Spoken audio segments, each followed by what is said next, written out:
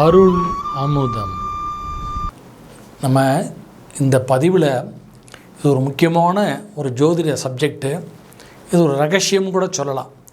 ஏன்னா நிறைய பேர் கிரகங்களெல்லாம் பிளானட்ஸு இது சயின்ஸாக பார்த்துட்ருக்காங்க.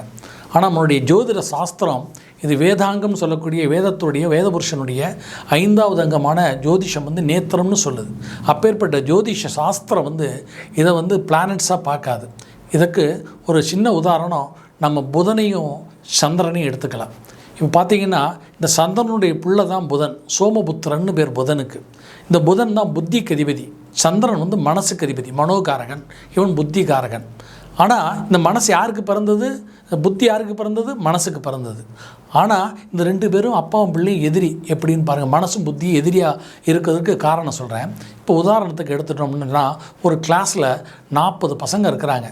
எல்லாருக்கும் ஒரே டீச்சர் ஒரே பாடம் நடத்துகிறாங்க. ஆனால் ஒரு பையன் நல்ல கான்சன்ட்ரேஷனோடு அந்த பாடத்தை படித்து அவன் நல்லபடியாக ஃபஸ்ட் மார்க் வாங்கிடுறான். சில பசங்க ஃபெயில் ஆகிடுறாங்க. இப்போது எல்லாருக்கும் ஒரே மாதிரி தான் பாடம் சொல்லி கொடுக்குறாங்க. ஆனால் ஒரு பையன் நல்ல மார்க் வாங்குறான், ஒருத்தர் மீடியமாக வாங்குறான், ஒருத்தர் ரொம்ப மார்க்கே எல்லாம் ஃபெயில் ஆகிடுறான். இதுக்கு என்ன காரணம் அப்படின்னு சொன்னால், இந்த மனம் காரணம். இந்த புதன் தான் புத்தி, வித்யாகாரகன் புதனுக்கு இன்னொரு பேர் புத்திக்கு. அந்த வித்யாகாரகன், வித்யன்னா கல்வி. யார் கல்வியை படிக்கிறாங்களோ அவனுக்கு புத்தி வரும்.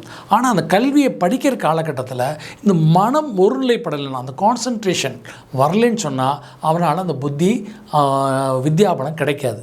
அப்போ அந்த புத்தி அப்படின்னு சொல்லக்கூடியதுக்கு அதுக்கு தான் சின்ன கதை. இந்த சந்திரன் தன்னுடைய குருவனுடைய பத்தினி மேலே ஆசைப்படுறதுனால அந்த குருவுடைய பத்தினியை ஆசைப்பட்டால் இது பஞ்சமா பாதகங்களில் ஒரு பாதகம் வந்துடுறதுனால இந்த சந்திரனுக்கு சாபம் ஏற்படுறது. அந்த சாபத்தினால அவனுடைய பிள்ளை புதன் இருக்கான் இல்லையா, அந்த புதனுக்கு அந்த பாவம் வந்துடுறது. பெற்றவர்கள் செய்த பாவம் பிள்ளையை சேரும்படின்னு சாஸ்திரம் சொல்கிறது. அதனால் புதன் என்ன பண்ணுறான், அவன் தன்னுடைய அப்பா பாவம் பண்ணிட்டார் சந்திரன். அந்த பாவத்துக்கு பிராயச்சித்தம் பண்ணுறதுனால தேடி வேதங்கள் புராணங்கள் சாஸ்திரங்கள்லாம் படிக்கிறான். எதுலேயுமே குரு பத்தினியை தேடினவனுக்கு பாவ விமோச்சனம் கிடையாதுன்னு படிக்கிறான். கடைசியில் தபஸ் பண்ணுறார் புதன். தபஸ் பண்ணும்போது மகாவிஷ்ணு அவனுக்கு அனுகிரகம் பண்ணுறார். அனுகிரகம் பண்ணி இந்த மாதிரி நீ உன்னுடைய தந்தை பண்ண பாவத்துக்கு பல பிராயச்சித்தம் கிடையாது, இருந்தாலும் நீ தபஸ் பண்ணதுனால உனக்கு அனுகிரகம் பண்ணி புதனை புத்திக்கு அதிதேவதையாக புத்திக்கு ஒரு பலத்து கிரக அந்தஸ்தை கொடுத்து வித்யாகாரங்கிற ஒரு பதவியும் கொடுத்து, அது மட்டும் கிடையாது, புதனுக்கு அதிதேவதையாக மகாவிஷ்ணுவே இருக்கிறார்.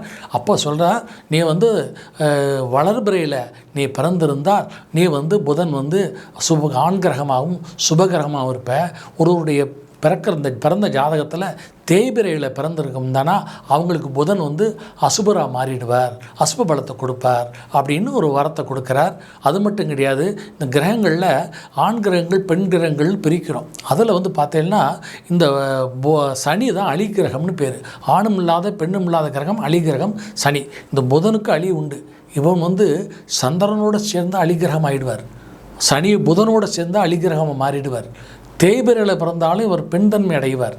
இந்த மாதிரி ஒரு கணக்கு இருக்குது சாஸ்திரத்தில். அது மாதிரி இந்த புதன் அந்த அழித்தன்மையை புதனுடைய சில பேருக்கு பார்த்தீங்கன்னா இந்த அழித்தன்மை ஏற்படுதுன்னா சனியோட அந்த புதனோட சேர்ந்தால் இந்த காரணம் இந்த சாபத்தினால தான். அதனால் இந்த சாப விமோச்சனம். அதனால் வளர்பிறையில் பிறக்கிறவங்களுக்கு அவருடைய ஜாதகத்தில் புதன் சுபத்துவத்தை கொடுப்பார். அப்பையும் கூட அவர் சந்திரனோட சேரக்கூடாது. சந்திரனோட வீட்டில் புதன் உட்கார்ந்தால் அது பகையாயிடுவார். புதனோட சேர்ந்துருந்தால் நட்பு கிரகமாக இருந்தால் கூட அவர் அழித்தன்மையை கொடுத்து விடுவார். இது மாதிரி ஒருத்தருடைய மனசு, அந்த மனம் கட்டுப்பாடு. எவ்வாறு சந்திரன் தன்னுடைய இந்திரியங்களை கட்டுப்பாடு இல்லாமல் குரு பத்தினி மேலே ஆசைப்பட்டதுனால, அந்த புலநடக்கம் இல்லாமல் குரு பத்தினி மேலே ஆசைப்பட்டதுனால அந்த சாபம் அந்த சாபம் அந்த புதனுக்கு வந்ததுனால, பிள்ளையனுடைய புதனுக்கு வந்ததுனால அந்த புதன் அதனால் அழித்தன்மை அடைஞ்சான். அதனால் அவனுடைய வீரியத்தை இழந்தான்னு படிக்கிறோம் இல்லையா. அதே கதை புராணங்களில் இருக்குது. அதனுடைய அடிப்படையில் ஒருத்தருடைய புலன்கள், இந்த மனசை புத்தி டாமினேட் பண்ணணும். மனம் டாமினேட் பண்ணிச்சுன்னா மனசை அலைபாய விட்டோம்னு வச்சுக்கோங்களேன். எவ்வளவு தான் படிச்சிருந்தாலும் நாம் மனசு சொல்கிறபடி மனம் தவறான வழியில் போயிடுச்சுன்னு சொன்னால் இந்த புத்தி கேட்காதனால என்னாகும், அவர்கள் நிறைய பிரச்சனைகளை சந்திப்பாங்க. உதாரணத்துக்கு படிக்கிற பையன் படிக்கும் பொழுது அந்த ஒரு கான்சன்ட்ரேஷன் மன ஒருநிலைப்பாடு இல்லைன்னா அவன் எவ்வளோ படித்தாலும் அவனுக்கு அந்த மனசில் நிற்காது. அதனால் அவன் ஃபெயிலியர் ஆகிடுறான். அதே ஒரு பையன் கிளாஸில் டீச்சர் சொல்லிக் கொடுக்கும்போது அந்த மன ஒருநிலைப்பாடோடு படித்தான்னா அவனுக்கு அந்த வித்யாபலம் வந்துடும்.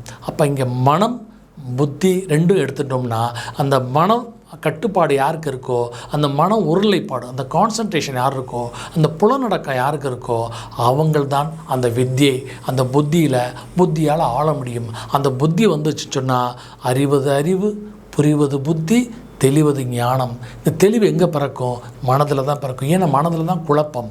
மனம் சந்திரமா மனசோ ஜாதகான்னு வேதம் சொல்லுது இல்லையா? அந்த மனசுக்கு சந்திரன் அதிபதியாக இருக்கல. இந்த மனம் தான் சஞ்சலத்தோடு இருக்கும், குழப்பத்தோடு இருக்கும். அப்போ அந்த குழம்பிய மனமானது புலன்களுடைய ஈர்ப்பு இல்லாமல் புலனடக்கத்தோட அந்த சரீர அடக்கத்தோட ஒரு கான்சன்ட்ரேஷனோட ஒருநிலைப்பாடோடு இருக்கும் பொழுது அவன் தெளிவு ஏற்படும். அந்த தெளிவிலே அவனுக்கு ஞானம் கிடைக்கும், அவனுக்கு அந்த வித்தியை கிடைக்கும். அப்போ அந்த புரிவது புத்தி, அறிவது அறிவு, தெளிவது ஞானம். இந்த அடிப்படையில் இந்த மனத்தை நாம் கட்டுப்பாடுடன் வைத்துக்கொண்டு, மனம் ஒருநிலைப்பாடு வைத்துக்கொண்டு, புலனடக்கோடு வைத்துக்கொண்டால் இந்த புத்தி என்று சொல்லக்கூடிய புதன் அதன் மூலமாக நம்ம வாழ்க்கையிலே சத்புத்தி, சத்வித்யா, சத்காரியா அப்படின்னு சொல்லக்கூடிய எல்லாவற்றிலும் ஜெயம்லாம். உதாரணத்துக்கு புத்தியில் நிறைய வெரைட்டி உண்டு. அதாவது மந்த புத்தி, ஹீன புத்தி, சாமர்த்திய புத்தி, சாதுரிய புத்தி, சமயோஜித புத்தின்னு புத்தியில் நிறைய வெரைட்டி உண்டு. ஏன்னு சொன்னால் இப்போ சமயோஜித புத்தின்னு சொன்னோன்னா ஒருத்தர் என்ன யோசிக்கிறானோ, எதிரில் உட்காந்து என்ன யோசிக்கிறானோ அதை உடனே நம்ம யோசிக்கிறோம். அந்தளவுக்கு புத்திக்கு வலிமை உண்டு. அந்த வலிமையெல்லாம் எதில் வரும்னு சொன்னால் இந்த மன ஒருநிலைப்பாடு, மனக்கட்டுப்பாடு, புலன் கட்டுப்பாடு, இந்த சரீர கட்டுப்பாடு, அந்த இது யாருக்கு இருக்கோ அவர்கள் வாழ்க்கையிலே அந்த புத்தியினால் ஆழ்வார்கள். புத்தியினால் அறிவினால் ஆழ்ந்தால்ட்டானா அவர்கள் வாழ்க்கையில் அவங்க தான் ஐஏஎஸ் ஆக முடியும். அவங்க தான் கணக்கு.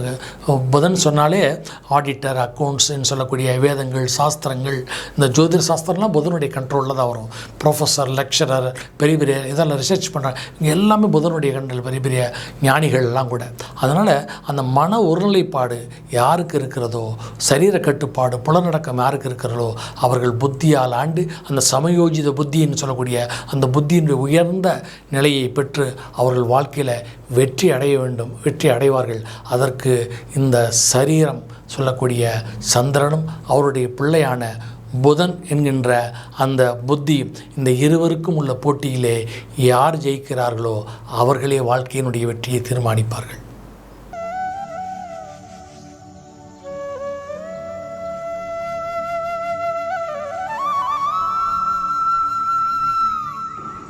அருள் அமுதம்.